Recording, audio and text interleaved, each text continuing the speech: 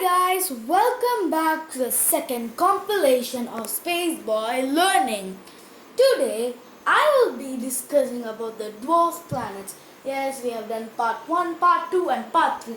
They will be combined in this episode. So let's begin.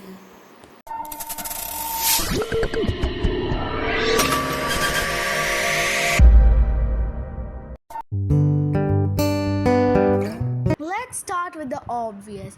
Everybody knows this dwarf planet. It's Pluto. So, what's so special about this dwarf planet? This dwarf planet has 5 known moons. They are Charon, Hydra, Nix, Styx, and Kerberos.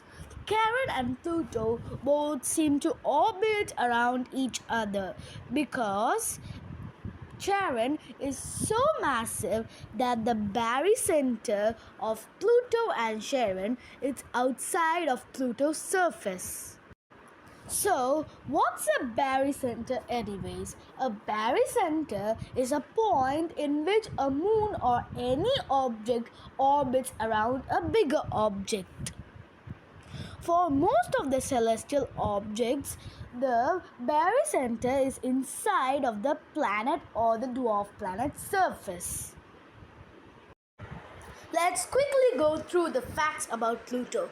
Pluto is 3.9 billion miles away from the Sun and it orbits around the Sun in 248 Earth years. Its one day lasts for about 6 Earth days.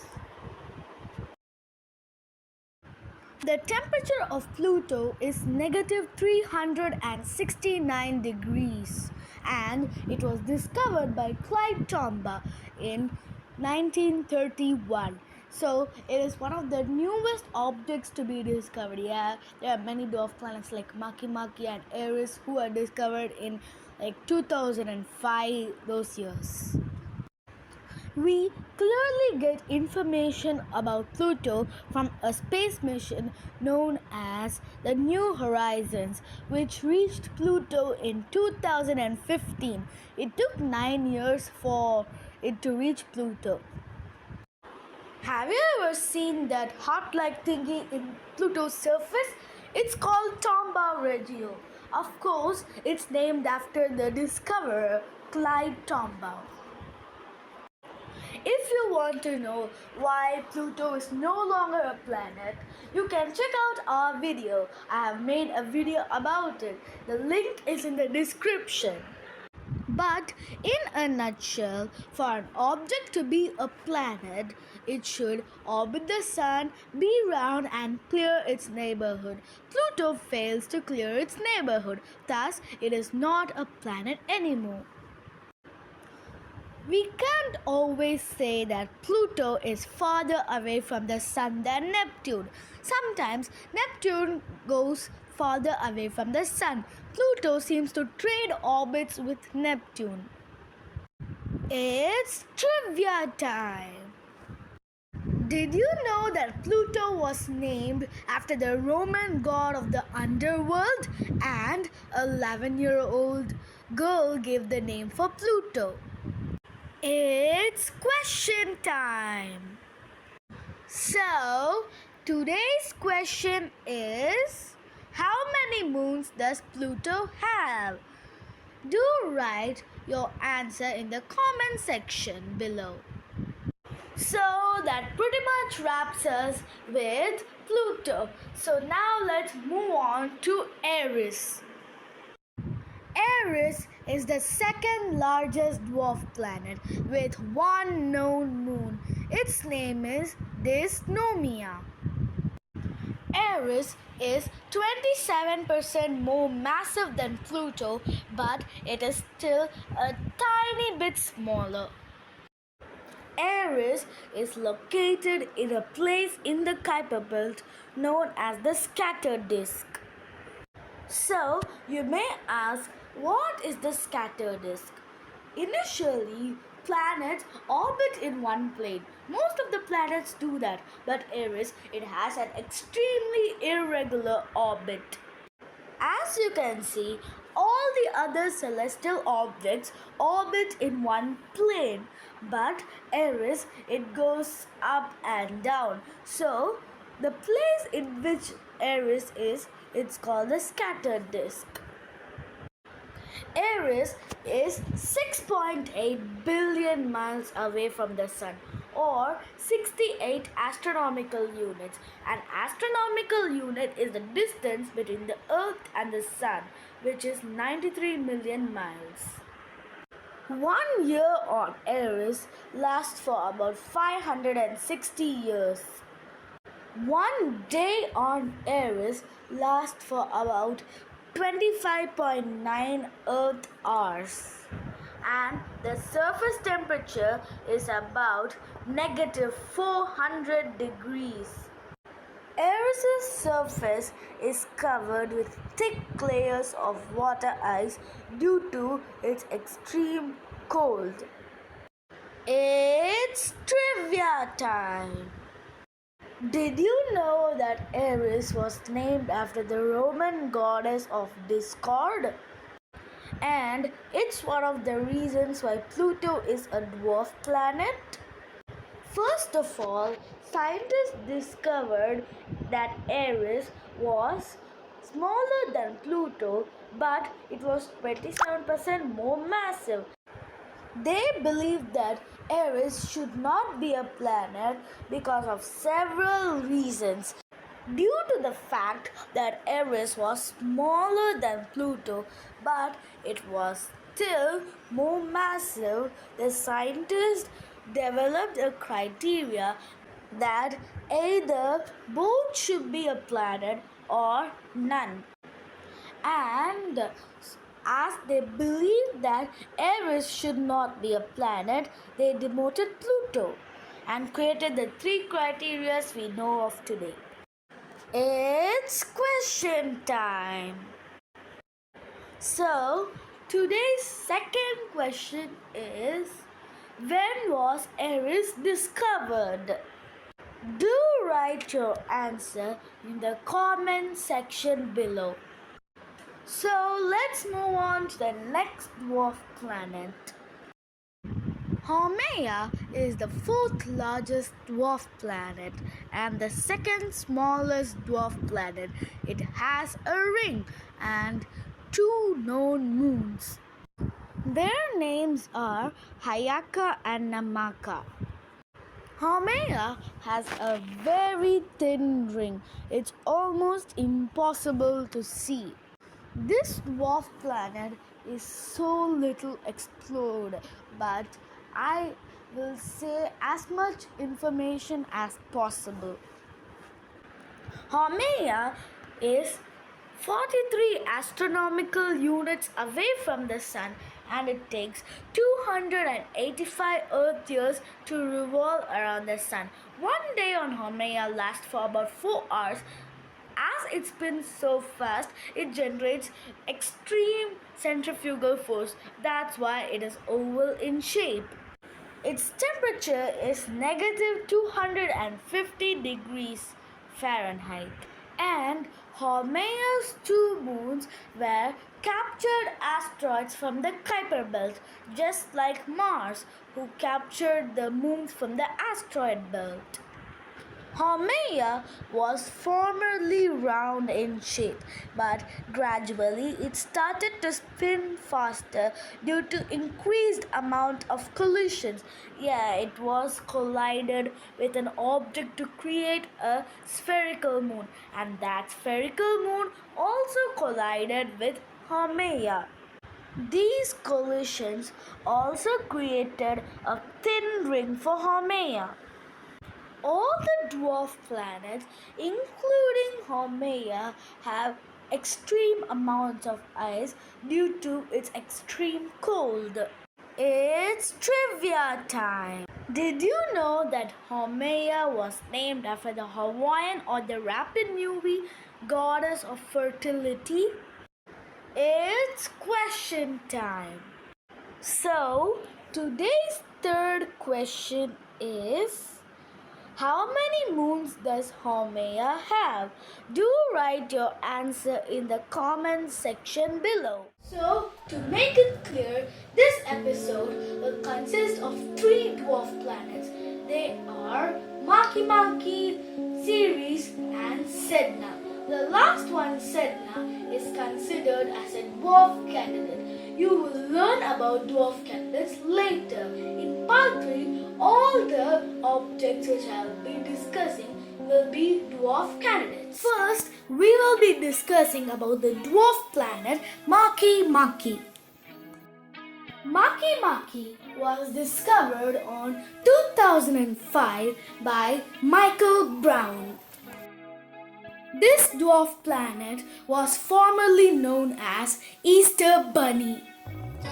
Just like Eris, Makemake also demoted Pluto's status. Makemake is the 3rd largest dwarf planet and of course the 3rd smallest dwarf planet. Makemake is one of the reddest objects in the solar system. This is due to the fact that the sunlight, which is the UV rays of the sun, interact with methane and ethane on its surface and create some molecules known as toluenes.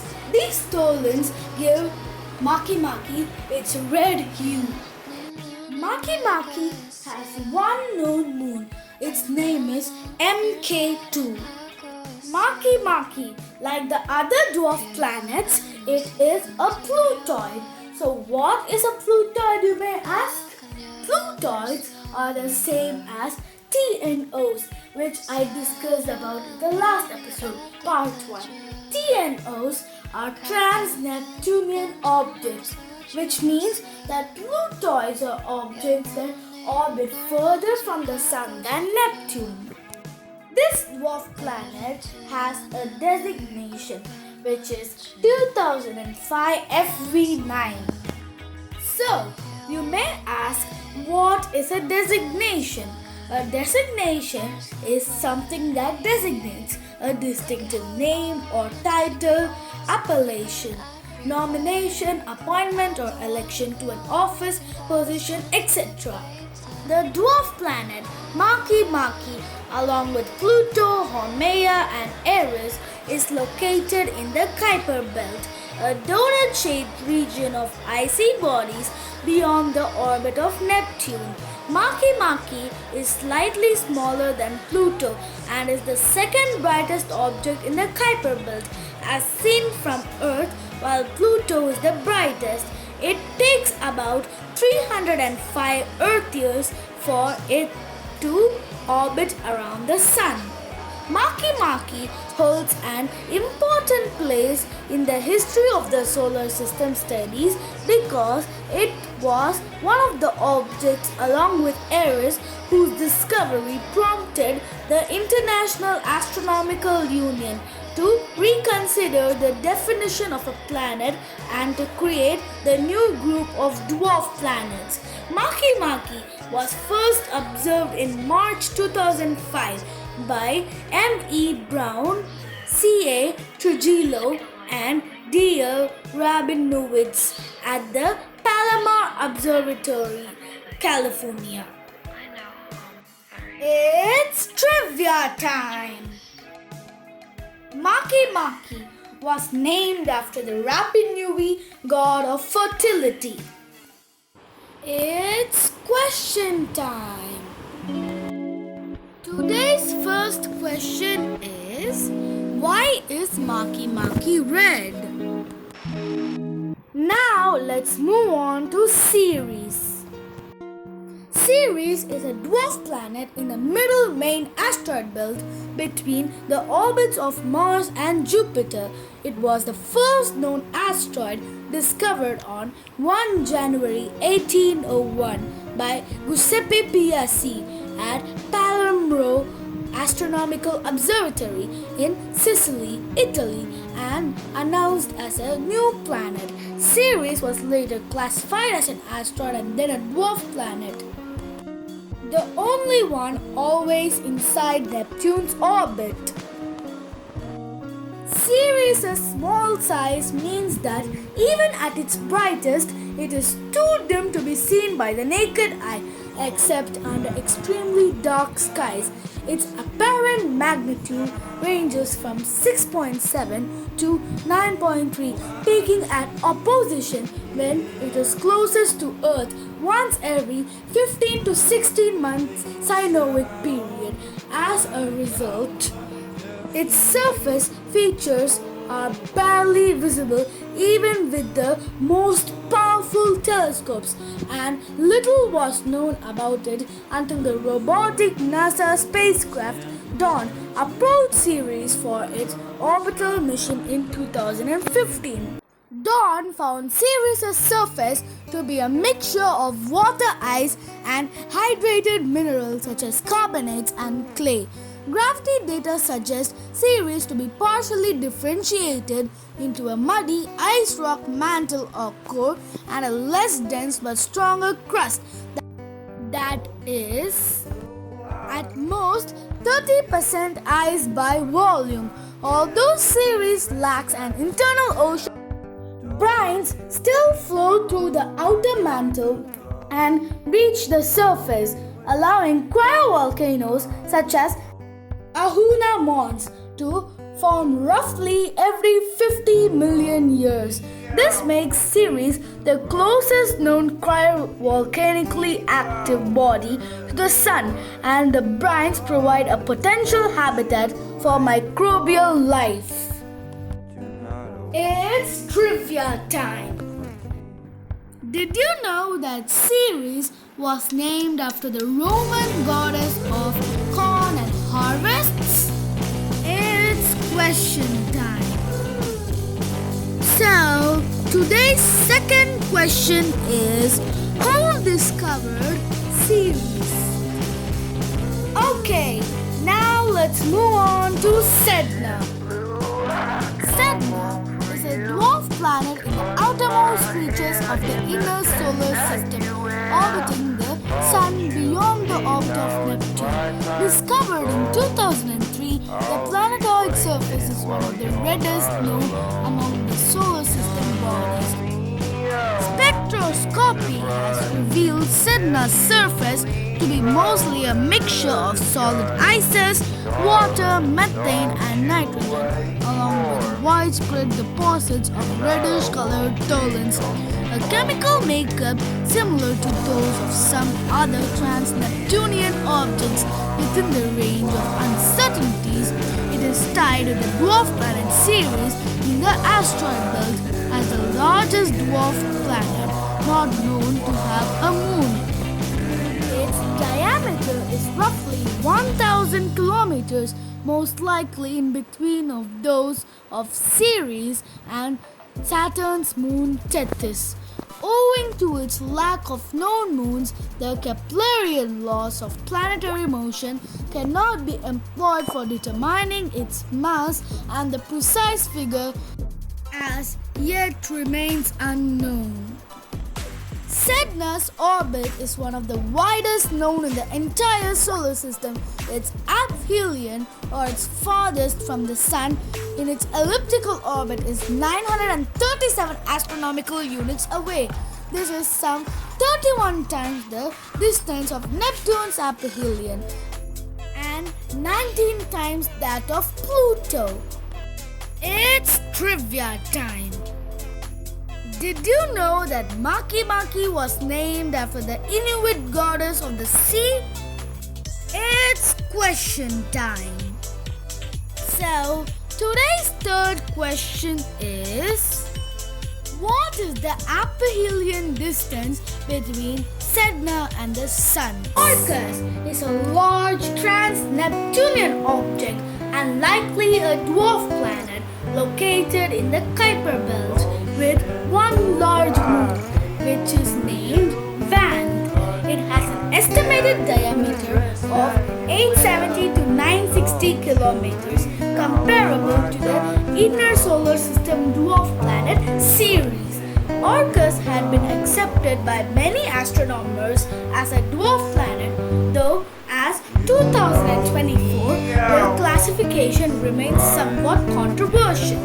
The surface of Orcus is relatively bright with albedo reaching 23%, neutral in color and rich in water ice. The ice is predominantly in crystalline form, which may be related to past cryovolcanic activity.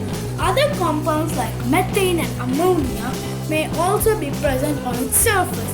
Orcus was discovered by American astronomers Michael Brown, Chad Trujillo, and David Rabinowitz on 17 February 2004.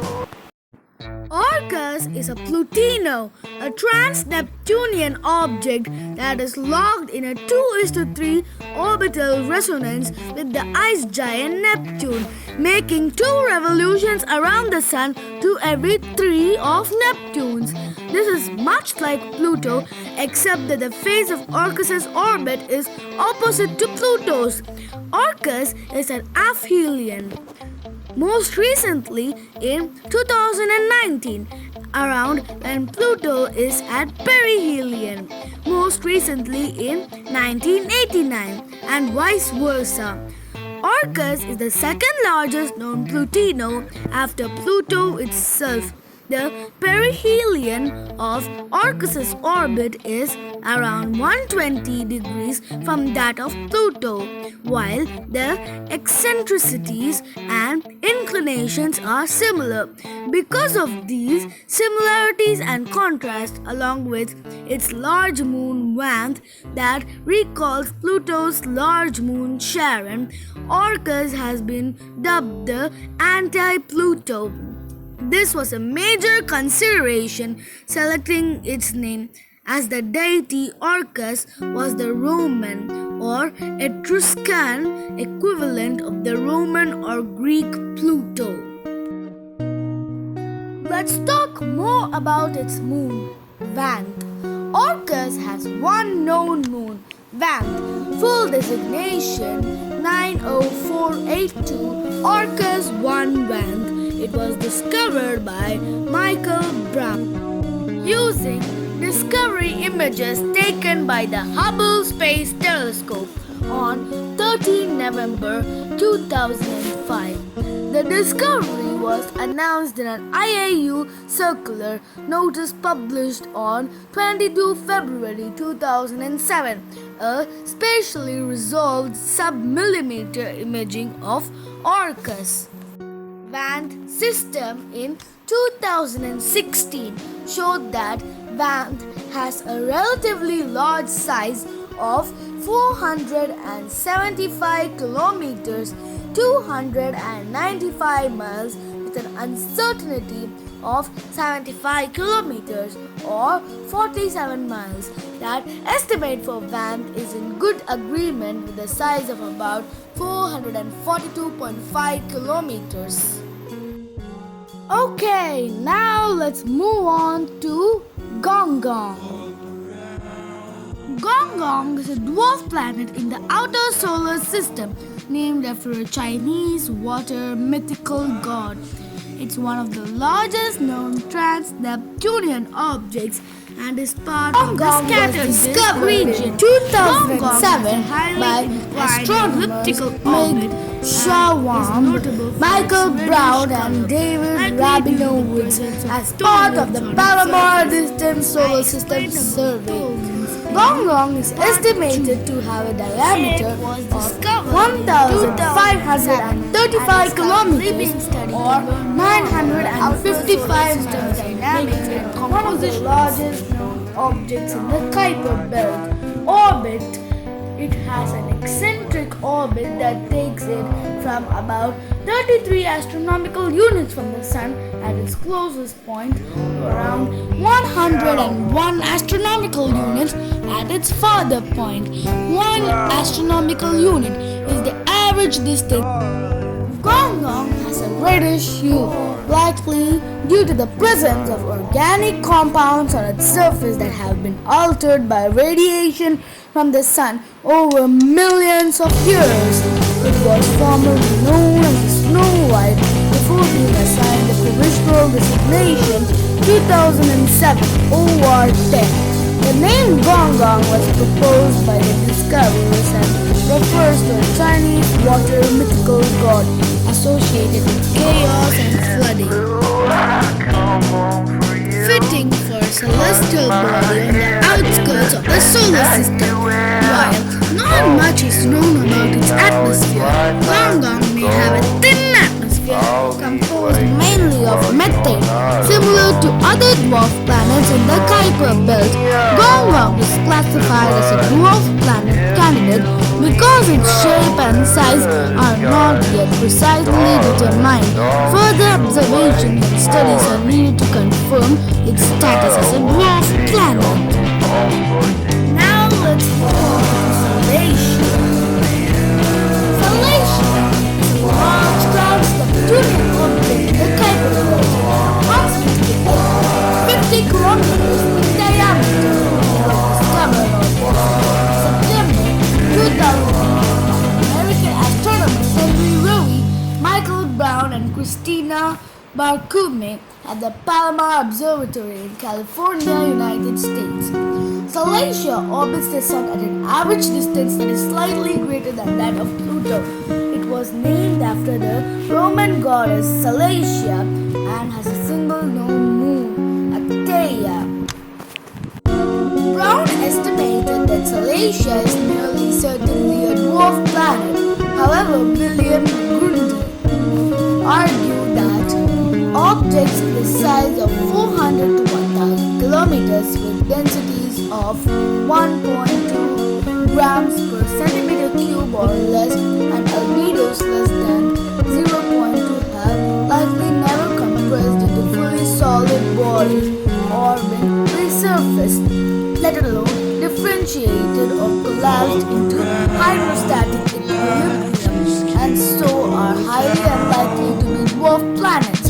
Salacia is at the upper end of this size range and has a very low albedo through Grundy. Later found it to have the relatively high density of 1.5 plus or minus 0.1 grams per centimeter cube. Let's now move on to Quasar.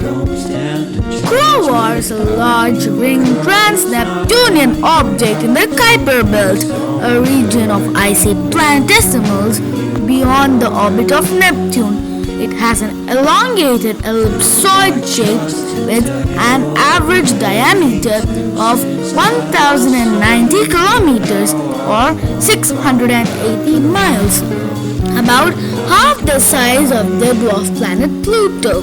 The object was discovered by American astronomers Chad Trujillo and Michael Brown at the Palomar Observatory on 4 June 2002. Quasar's surface contains crystalline water ice and ammonia hydrate, which suggests that it might have experienced cryovolcanism. A small amount of methane is present on its surface, which can only be retained by the largest Kuiper belt objects.